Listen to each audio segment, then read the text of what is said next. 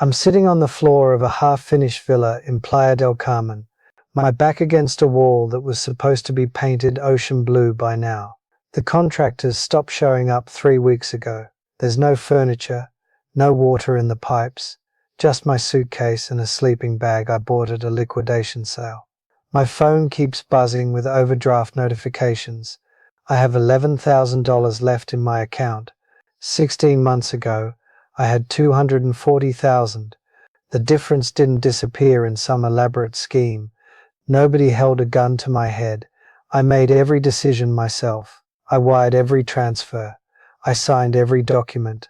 And now I'm 52 years old, sitting in an empty house that isn't mine, trying to figure out how I'm going to afford a flight back to a country I thought I'd never return to. 16 months earlier, I was in my Denver office, scrolling through a dating app I'd downloaded on a whim. Divorced for 3 years, 2 grown kids who barely called. A real estate career that felt more like a treadmill than a profession. I'd sold houses for 28 years, made decent money, saved responsibly. But the idea of spending another 8 years showing ranch-style homes to indecisive couples made me feel suffocated. I wanted something different. Her profile appeared late one night while I was half watching a basketball game, 31 years old. Dark hair pulled back, sitting at an outdoor cafe with mountains behind her. The bio was simple, looking for someone who values honesty and knows what they want in life. Her name was Valentina. She lived in Playa del Carmen. We matched. I sent a message, not expecting much. She responded within an hour. We talked for 6 months before I considered visiting. The conversations were easy. She asked about my work. I asked about hers.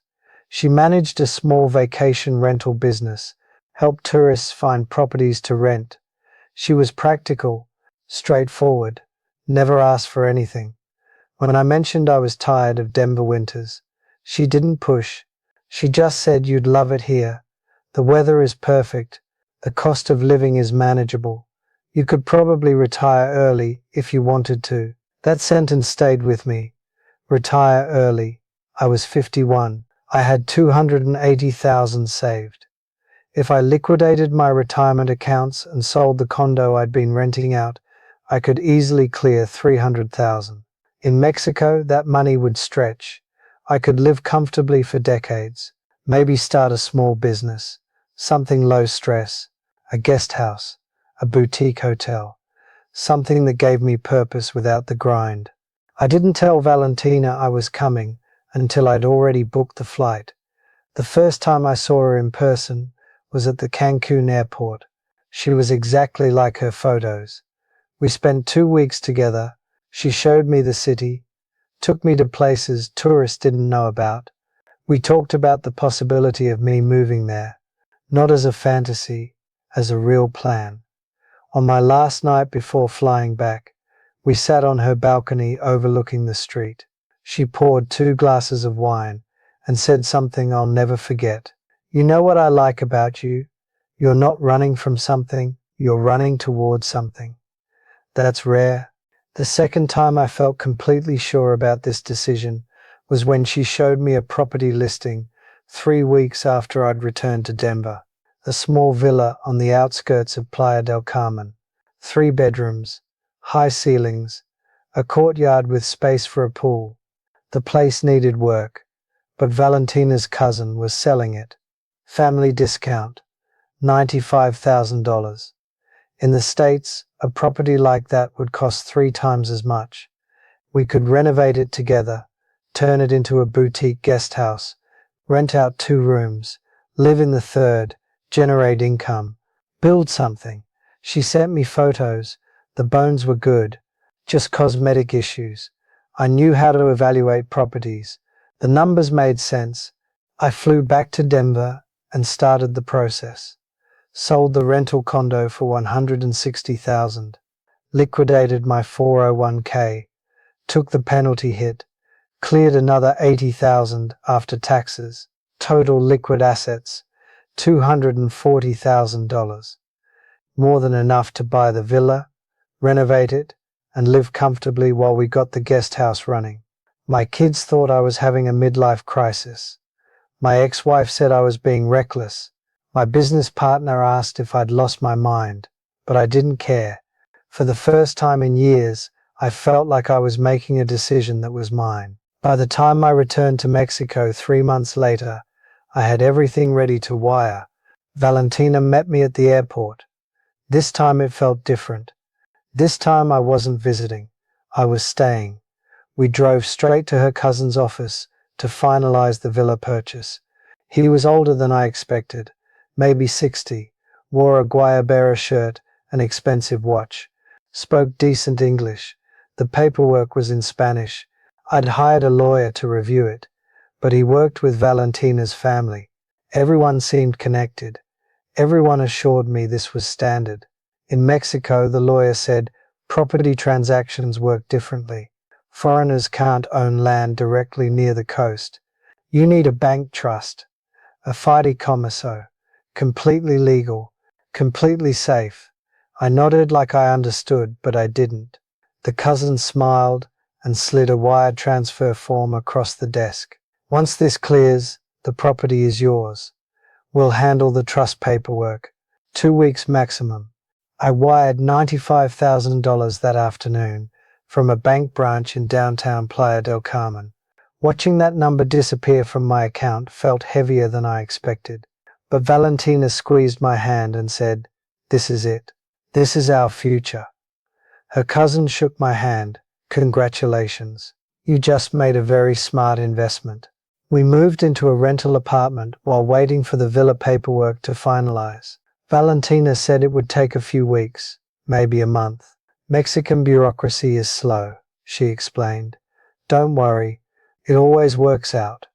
The apartment cost $1,200 a month, more than I'd planned, but it was temporary. We bought furniture, stocked the kitchen. I paid for everything.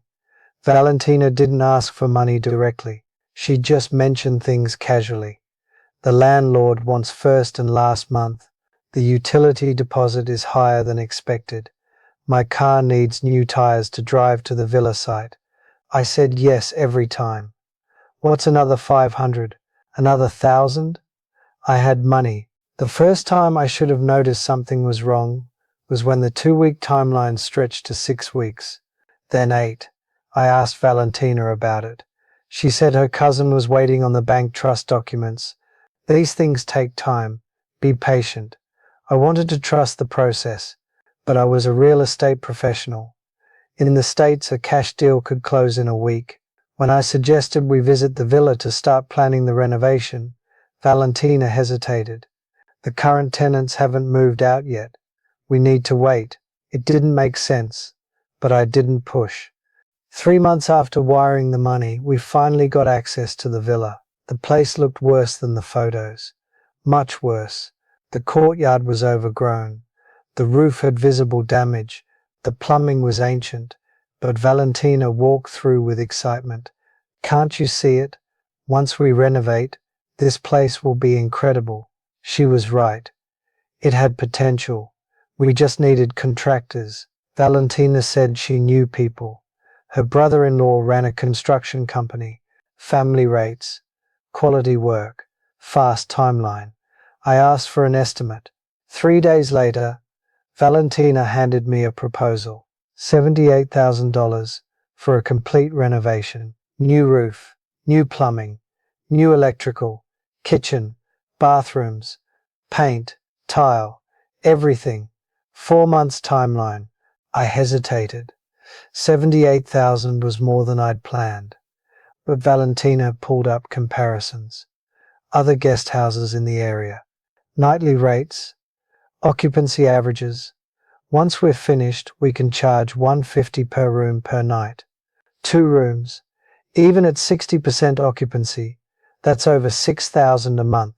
The investment pays for itself in 2 years. The numbers checked out. I wired the money, $78,000 to her brother-in-law's company account. The renovation started 2 weeks later. A crew of 6 showed up, tore out the old kitchen, started on the roof. For the first month, progress felt steady. Valentina visited daily, took photos, showed me updates, but I started noticing I wasn't included in decisions. When I asked about the tile selection, she said she'd already ordered it. When I asked about the kitchen layout, she said her brother-in-law had finalized the design. You're the investor. Let me handle the details. I'm local. I know what works here. I told myself she was right. I didn't speak Spanish. I didn't know the suppliers. But by month 3, progress stopped. I'd visit and see the same unfinished walls, the same missing fixtures. When I asked what was happening, she said permit delays, supply chain issues. Her brother-in-law was working on it. I asked to speak with him directly. She said he was busy. Don't micromanage. You'll stress him out. That's when I started feeling the first real knot of anxiety. I'd invested $173,000. I didn't legally own anything. I didn't have access to the contractor. I didn't even have a copy of the deed. 4 months into the renovation, Valentina came home looking upset. She sat down and said, "We have a problem. My family needs help." Her father had been in a car accident. He needed surgery. The insurance wouldn't cover it.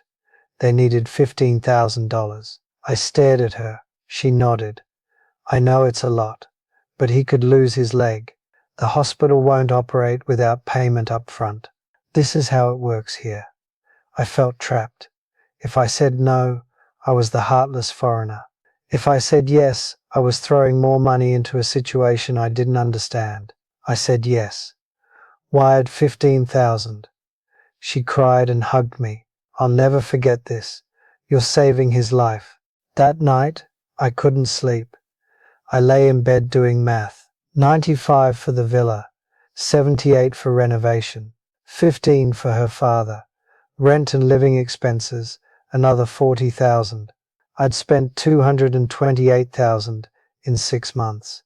I had 12,000 left, and I still didn't legally own the villa. The next morning, I told Valentina I needed to see the deed, the actual paperwork. She looked annoyed. Why now? You didn't care before. Because I've invested everything. I just need proof the property is in the trust. She said she'd get it from her cousin. Give me a few days. A week passed. No documents. 2 weeks. Nothing. I went to her cousin's office. The secretary said he was traveling. Wouldn't be back for a month. I asked for copies of the paperwork. She said she didn't have access. I hired a different lawyer, an American expat who'd been practicing in Mexico for 20 years. I showed him everything. He made calls, checked property records. 3 days later, he called me in and said, I don't know how to tell you this. The property isn't in your name. It's not in a bank trust. It's registered to Valentina's cousin, and he sold it 2 weeks ago to a third party for $220. I felt the floor drop out. What? The lawyer nodded. You don't own this villa. You never did. The money you wired went to him. There was never a trust. You gave him $95,000 for a property he didn't sell to you. He sold it to someone else and pocketed your money. And the renovation? He shrugged. If the contractor is family, I'd assume the money didn't go where you think. I confronted Valentina that night. She denied everything. Said her cousin made a mistake. Said the lawyer was lying. But I could see it in her eyes. She knew. I asked about her father's surgery. She went quiet. There was no accident, was there? She looked away. My family needed help. You had money. I didn't have anywhere else to turn. I stood there processing what she'd just admitted. Everything had been a setup. The romance, the partnership, the villa, all designed to extract as much money as possible before I figured it out. I moved out that night. Found a cheap hostel for $30. My bank account showed $11,200.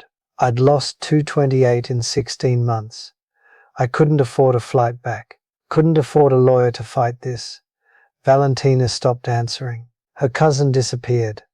The construction company number was disconnected. I went back to the villa one last time. The new owners had taken possession. a young Mexican couple. They had no idea who I was. When I tried to explain, they threatened to call the police. I was trespassing. I spent 3 weeks in that hostel, trying to figure out what to do. My kids wouldn't take my calls. My ex said I'd made my bed. Old friends wired me money for a flight home. I bought a one-way ticket to Denver. Economy. Middle seat. I landed at DIA on a Tuesday and took the train downtown. I had 4,000 left after the flight, enough for first and last on a studio in a neighborhood I used to avoid. I'm 53 now. I work part-time at a hardware store. The pay is terrible. My co-workers are 20 years younger. I sleep on an air mattress. At night, I think about that villa, the courtyard I imagined, the guest house that never opened, the life I thought I was building. I don't hate Valentina. I don't even hate her cousin. I'm angry at myself for ignoring every warning sign, for wiring money without legal protection, for believing loneliness and optimism were the same as love and partnership. I thought I was smarter than the stories about guys losing everything abroad. I wasn't. Same outcome, different details. If you're thinking about starting over somewhere far from home with someone you barely know, I can't stop you. But that confident version of yourself you're imagining in that new life, that person doesn't exist until you've actually lived there, until you've navigated the systems, made mistakes, and survived them. And by then, if you've bet everything on someone else's promises, it might be too late. I'm rebuilding now. Slowly. It'll take years to get back to where I was. Maybe I never will. But I'm still here. Still working. And maybe that's enough.